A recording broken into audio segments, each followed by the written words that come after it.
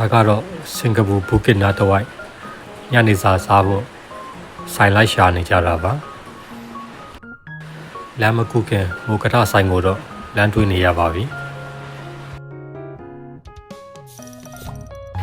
ဒီလမ်းထဲမှာပဲဟိုဘက်ထိပ်ဒီဘက်ထိပ်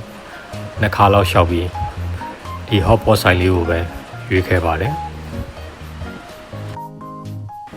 ဒီဟော့ပေါ့ဆိုင်ကဘူဖေးဖြစ်တဲ့အတွက်စားချင်တာကိုကုန်တယ်လောက်မှာစားလို့ရပါတယ်အသားငါပင်လယ်စာတွေလည်းတော်တော်လက်ဆက်ပါတယ်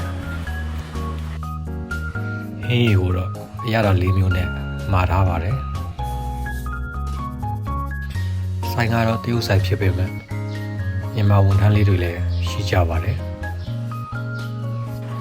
အရသာလည်းတော်တော်ကောင်းပါတယ်လင်မယားနှစ်ယောက်စားတာစားလုံး80ကျော်လောက်ကျပါတယ်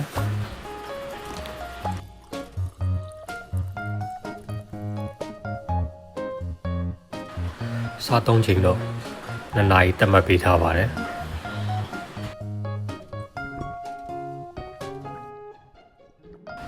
အချို့ပွဲအေးအတီးအနှံရေခဲမုန့်တွေလည်း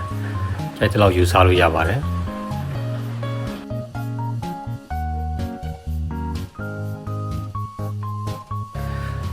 ဘူကစ်နာရောက်လို့လမ်းကြုံရင်သွားစားကြည့်ကြပါအဆုံးလေးကြည့်ပေးတဲ့အတွက်ကျေးဇူးတင်ပါတယ်